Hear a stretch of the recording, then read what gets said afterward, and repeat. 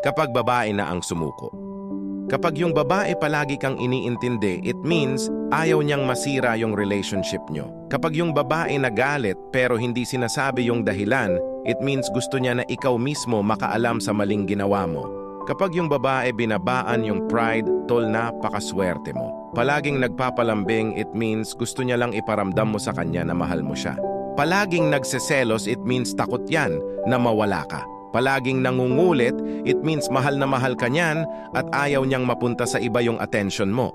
Pero once naramdaman nila na parang ini-ignore o binabalewala lang sila, kusa yan susuko at lalayo, legit yan.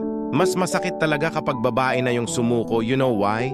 Kasi once nakita na nila yung worth nila at once they say they're done kahit gaano ka pa kamahal niyan, iiwan ka niyan. Nagustuhan mo ba ang kwento ko?